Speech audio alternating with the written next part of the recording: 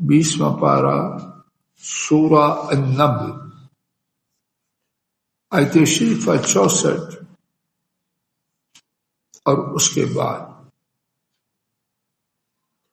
آیت شریفہ 64 کے الفاظ شریفہ کے معنی امن کون ہے وہ یبدأ الخلق آغاز کرتا ہے مخلوق کی، آغاز کرتا ہے تخلیق کی. بدا یبدأ شروع کرنا، آغاز کرنا، ٹو اسٹارٹ. کون ہے آغاز کرتا تخلیق کی؟ ثم یعیدہ پھر اس کو لوٹاتا. عاد یعید لوٹانا. وَمَنْ يَرْزُقُكُمْ مِنَ السَّمَاءِ وَالْأَرْضِ اور تمہیں رزق دیتا آسمان سے اور زمین سے. اِلَٰهٌ مَّعَ اللَّهِ کیا اللہ تعالیٰ کے ساتھ کوئی معبود ہے؟ قُلْ هَاتُوا بُرْهَانَكُمْ ان کنتم صادقین کہہ دیجئے دلیل لاؤ اگر ہو تم سچے. اللہ اکبر. بمحاورہ ترجمہ کون ہے تخلیق کا آغاز کرتا پھر اسے لٹاتا، اور کون ہے جو تمہیں آسمان اور زمین سے رزق دیتا؟ کیا کوئی معبود ہے اللہ تعالیٰ کے ساتھ؟ کہہ دیجئے تم اپنی دلیل لاؤ اگر تم سچے ہو. رب ذو جلال اپنی صفات کا ایک کر کے ذکر فرما رہے ہیں، اور ہر آیت شریفہ کے آغاز میں جملہ سوالیہ ہے، استفہام ہے، کوشچن ہے. کیوں؟ اللہ اس کی حکمت بہتر جانے.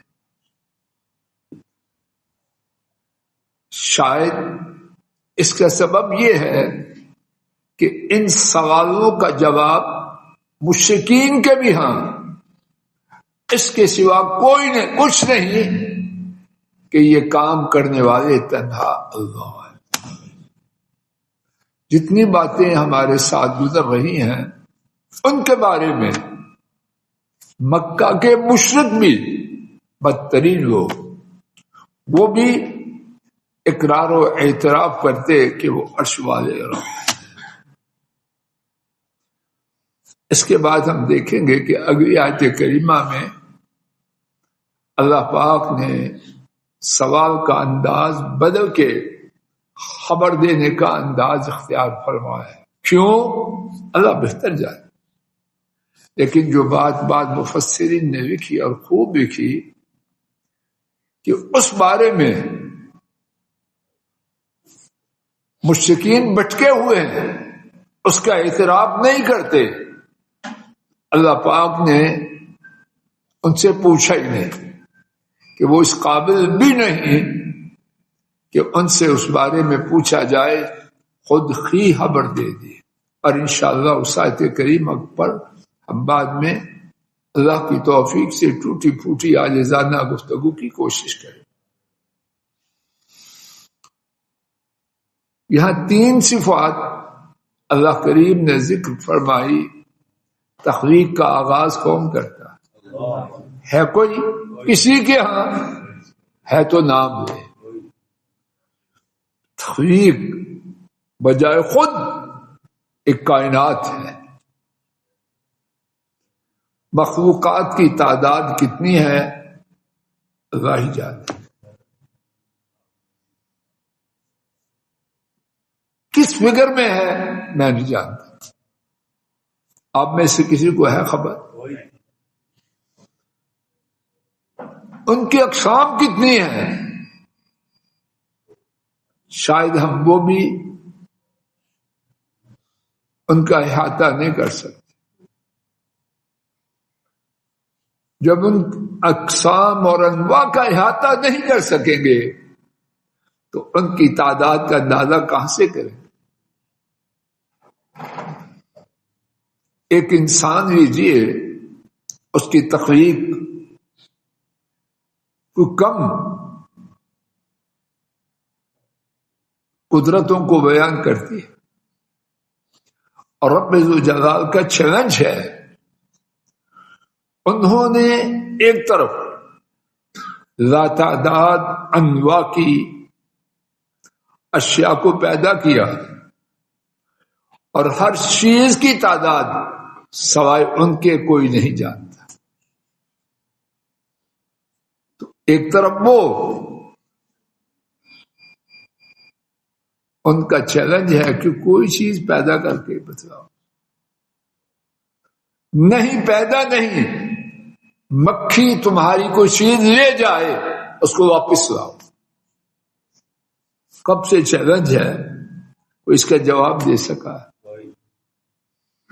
مکھی کتنی حقیر مخلوق ہے، انسان کی چیز چھین کے لے جائے۔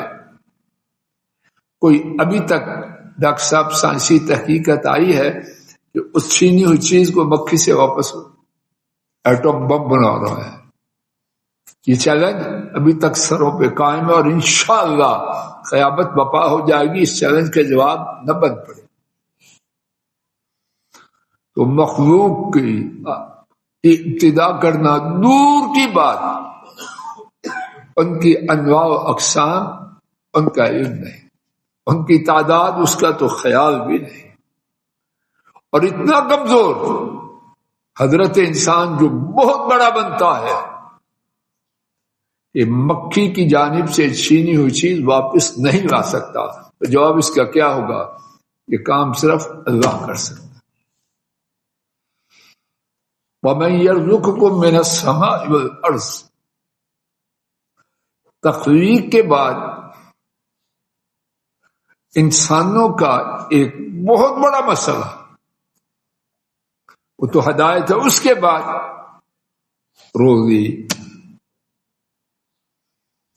روزی کے لیے مخلوق کتنی فکر مند ہے۔ چونٹی چل رہی ہے، پرندے صبح نکل رہے ہیں، انسان تو نکلے گئی، باقی چیزیں چونٹی کتنی کائنات اپنی روزی کے لیے جدوجہد کر رہی ہے کہ نہیں؟ پرندے، چھوٹے چھوٹے پرندے اپنے پیارے بچوں کو چھوڑ کر گھونسوں سے صبح سویرے نکلتے ہیں۔ فرمایا کہ انہیں روزی کون دیتا ہے؟ آسمانوں سے اور زمین سے۔ اور یہ روزی کا معاملہ، اس کی وجہ سے ہماری ایک بڑی تعداد حتیٰ کہ کہنے اور سننے والے پٹری سے اترے ہوئے۔ دین کا امتحان، ثابت قدمی کا امتحان درہم و دینار سے بہت زیادہ ہوتا ہے۔ عربی میں محاورہ ہے جس کا خلاصہ یہ ہے، کسی کی صرف نمازیں اور ظاہری شکل و صورت نہ دیکھو، اس کے درہم و دینار کا معاملہ دیکھو۔ بہت زبردست امتحان ہے مال کا۔ میری، آپ کی اور عام انسانوں کی زندگی کا کتنا وقت اس روزی کی جستجو میں صرف ہوتا ہے؟ لوگ ایک دفعہ جاب کر کے آئے تو پھر کیا چاہتے ہیں؟ سیکنڈ جاب دیجیے، اور ایسے بھی ہیں سیکنڈ کے بعد تھرڈ جاب، اور ساتھ پڑھ بھی رہا ہے۔ پڑھ کیوں رہا ہے؟ علم کا شوق ہوگا، لیکن وہی مقصد ہے کہ رزق کی صورتیں زیادہ آسان اور وافر ہو۔ یہ ہے نظام کے نہیں؟ بڑھاپا ہے، اس میں بھی چین نہیں۔ کب سے شروع ہوئے ہیں کب تک ہیں؟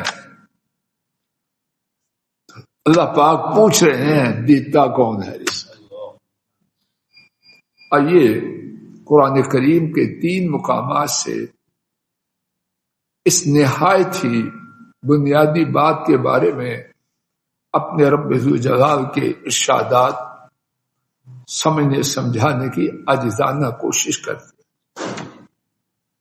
میرے ساتھ پہلا مقام 26ویں پارے کا آخری صفحہ، غالباً آپ کے پاس 522 ہے، وہ دیکھیے۔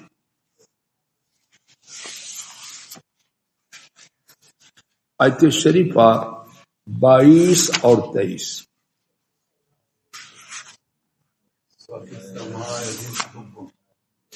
جی بالکل ٹھیک ہے۔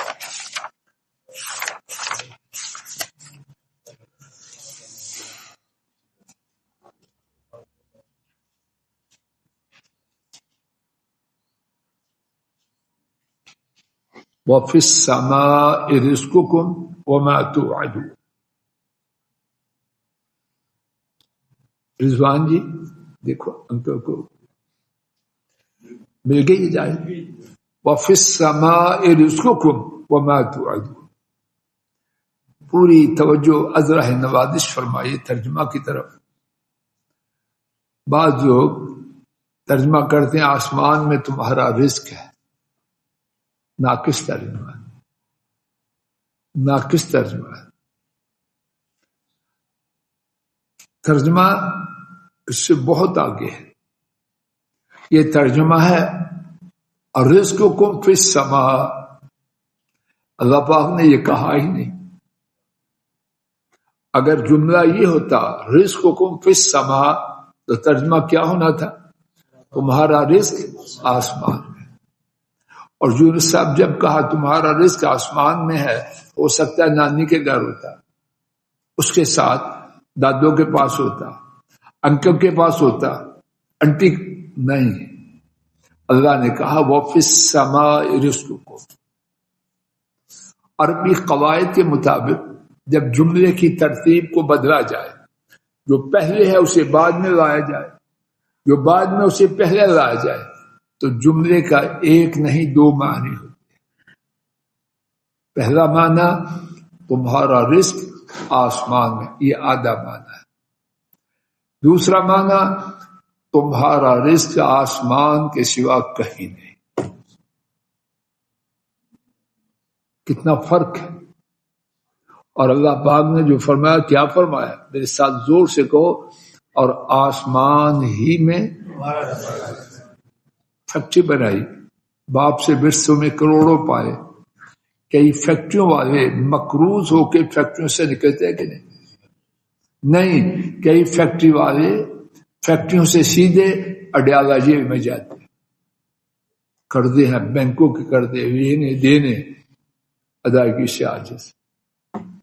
بڑے بڑے سرمایہ دار دیکھنے والی آنکھیں دیکھتی ہیں، ڈاکٹر کا نسخہ ہے، جن سے کاروبار کرتے تھے کہتے ہیں دوائی لے۔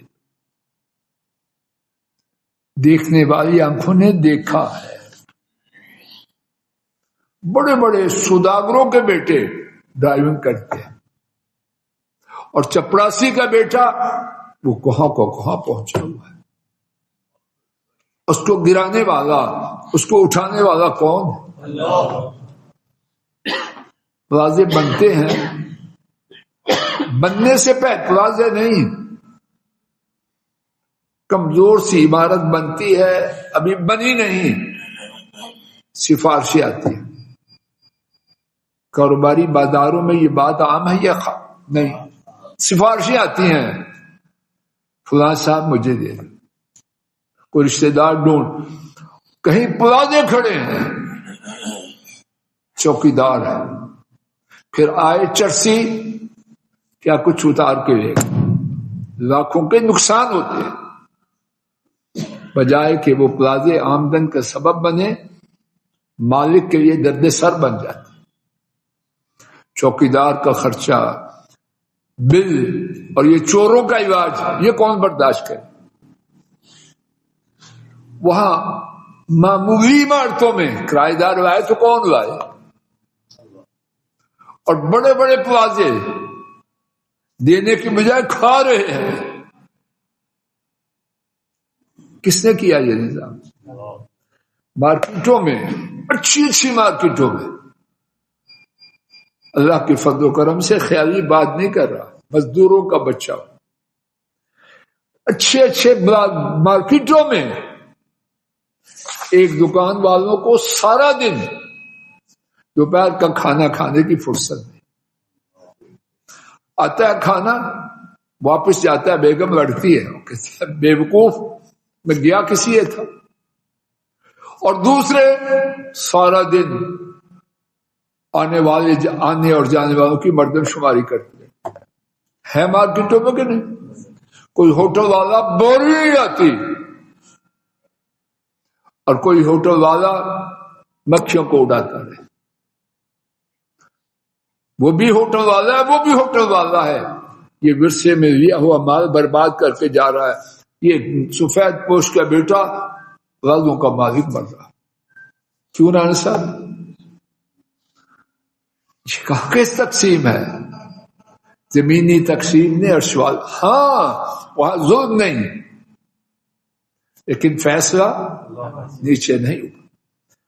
اور آسمان ہی میں تمہارا رزق ہے.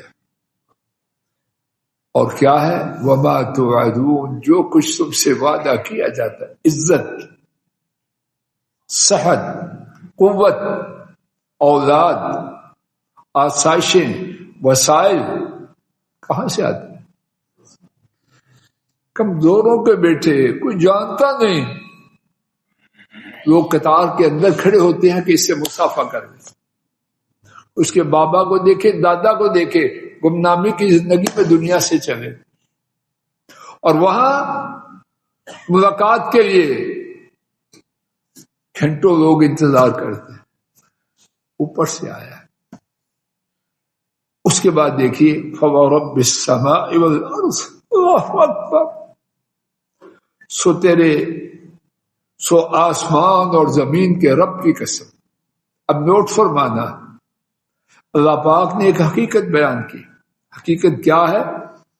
کہ رزق آسمان ہی سے ہے، اور جس چیز کا وعدہ کیا جاتا ہے وہ آسمان ہی سے ہے. اب اللہ پاک اس بات کی صداقت پر قسمیں کھا ہے. ہم کو ضرورت قسم کھانے کی، ووٹ مانگ رہے ہیں؟ نہیں، وہ چاہتے ہیں بندے سمجھ جائیں کہ اس کے سمجھنے سے ان کی دنیا و آخرت سدھر جائے گی. نہ سمجھنے سے دنیا بھی برباد، آخرت بھی برباد. وہ نہیں چاہتے، لیکن امتحان ہے، اس لیے انہوں نے لگام ڈھیلی چھوڑی ہے. تو فیصلہ کر اور اس کے بعد انعام یا سزا پا. انہو، پہلے قسم کھائی، پھر یقیناً. ہو اس کو کہتے ہیں ضمیر الشان. اس کا مقصد یہ ہوتا ہے پڑھنے والے سننے والے ہوش کر، جو بات آگے آ رہی ہے بڑی شان والی. انہو لحق، انا انڈیڈ، لا پھر انڈیڈ. ہے ضرورت اتنی زیادہ تاکید کی میرے آپ کے دل میں بات کو اتارنے کی. یقیناً وہ یقیناً حق ہے. کس قدر حق ہے؟ مثل ما انکم تنطقون، جس طرح تم بول رہے ہو. عبد الحمید جی بول رہے ہو، شک ہے کہ بول رہا ہوں کہ نہیں؟ کسی کو ہے شک؟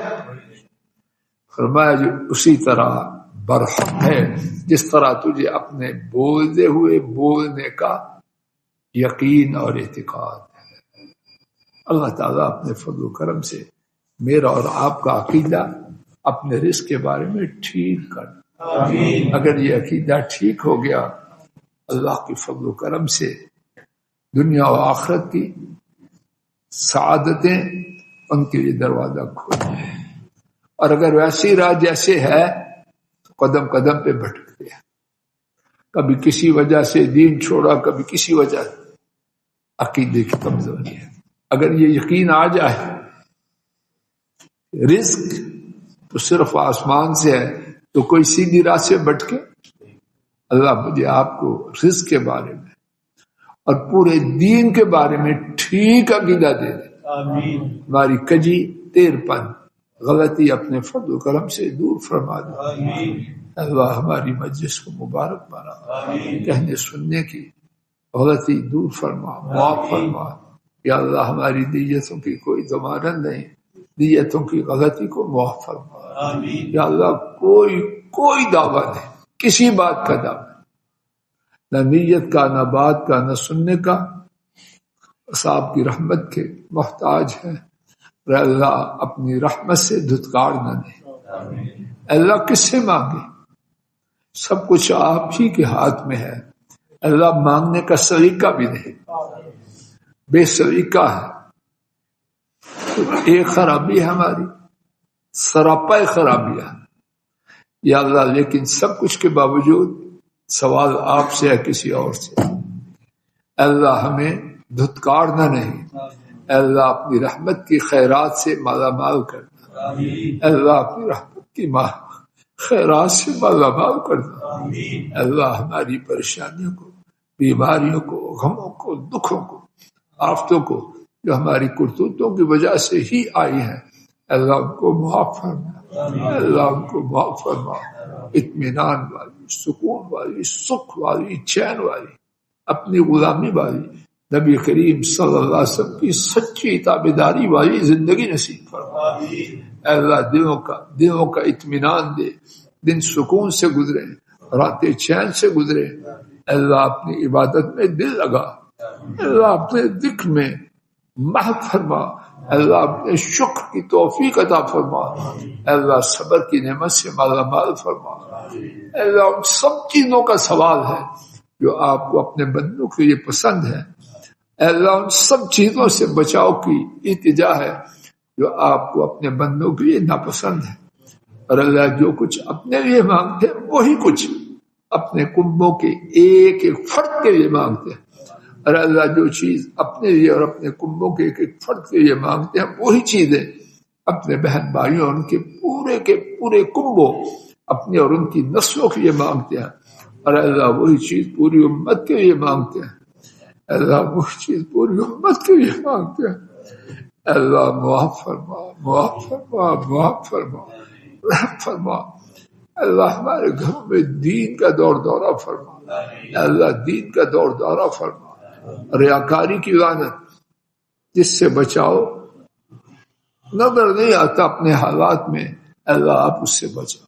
اور اللہ اگر آپ نے بچا لیا تو انشاءاللہ کوئی خطرہ نہیں, اور اگر آپ نے دستگیری نہ فرمائی تو کوئی امید ہی نہیں. یا اللہ ریاکاری کی لعنت سے بچا. اللہ ہر برائی سے, ہر غلطی سے بچا. اللہ امت کے مظلوموں کی مدد فرما. ظالموں کو نیست و نابود فرما. بے اولادوں کو نیک اولاد, اولاد والوں کی اولادوں کو ان کی آنکھوں کی ٹھنڈک بنا. اللہ بہت بڑی تعداد لوگوں کی بچیوں کے رشتوں کے لیے پریشان ہے. اللہ ان کو بہترین مبارک رشتے عطا فرما. اور بہت سے بچیوں والے رشتہ داروں کی ستائے ہوئے ہیں, اللہ ان کی بھرپور مدد فرما. اللہ مظلوموں کی مدد فرما. ظالموں کو نیست و نابود فرما. اللہ ہمارے ملک پاک کی حرمین شریفین کی اور پوری کائنات کے مسلمانوں کی مدد فرما. فلسطین, کشمیر, شیشان اور جہاں جہاں مسلمان پس رہے ہیں ان کو بلند و بالا فرما. ظالموں کو نیست و نابود فرما. اللہ ناحق قیدی جہاں کہیں ہیں اپنے فضل و کرم سے انہیں آزاد باعزت آزاد فرما. اور ظالموں کو نیست و نابود فرما. اللہ ہماری دنیا سدھار دے, آخرت سدھار دے. اللہ ایمان و عافیت سے زندہ رہیں اور ایمان و عافیت سے دنیا سے روانہ ہوں. اللہ ہسپتالوں کے ذریعے موت کی وادی میں نہ جائیں. اللہ اپنے فضل و کرم سے خیر کی وادیوں سے موت کی وادی میں جائیں, مشتوں سے جائیں, دنیا کہ خیر کے کاموں میں مشغول ہوتے ہوئے جائیں. کلمہ توحید نصیب فرمانا. رحمت کے فرشتوں کا دیدار فرمانا. اللہ اپنے فضل و کرم سے جنت اور اپنی رضا کی بشارتیں سنانا. Allah ventilator, oxygen, I C U, semi I C U اور بستروں پر پیمپروں اور نالیوں میں جکڑے ہوئے یا اللہ زندگی سے پناہ مانگتے ہیں، اللہ ایسی زندگی سے پناہ مانگتے ہیں جب ہوش حواس ہی نہ ہو، گندگی اور پاکیزگی میں تمیز ہی نہ ہو، اپنے اور بیگانوں کے فرق کا پتہ ہی نہ رہے، یا اللہ ایسی زندگی سے پناہ مانگتے ہیں۔ یا اللہ ہوش و حواس والی، ایمان و عافیت والی زندگی اور ہوش و حواس اور ایمان و عافیت والی موت عطا فرمانا۔ صلی اللہ تعالی علی خیر خلقہ وعلی آلہ واصحابہ واہل بیتہ واتباعہ۔